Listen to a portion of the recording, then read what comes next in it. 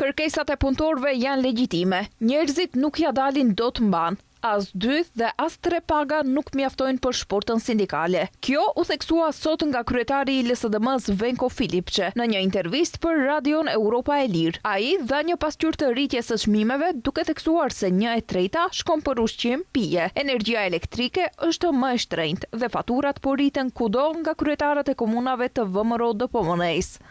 Potrebi i baranja na работници.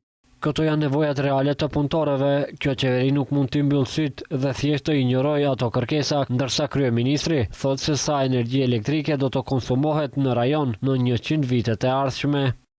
Filipçe theksoi se politikat e qeverisë janë hipokrite, sepse tani kanë mekanizma dhe mundësi për të rritur pagat. Ai theksoi se paga minimale ishte 150 euro dhe gjatë kohës së LSDM-s u rrit në 400 euro, me një sistem në të cilin do të arrinte në 500 euro. Filipçe bëri kritika serioze për punën e qeverisë aktuale, duke theksuar se vendi po lëviz në drejtimin e gabuar, me probleme të thella sistematike, praktika kriminale dhe izolim të rrezikshëm ndërkombëtar. Дека нешто не е како што треба и како Shteti nuk po shkon në drejtim të duhur, izolimi në të cilën kjo qeveri po na detyron, tenderet kriminal, procedurat që ata organizojnë, nuk ka më politika të mira për qytetarët.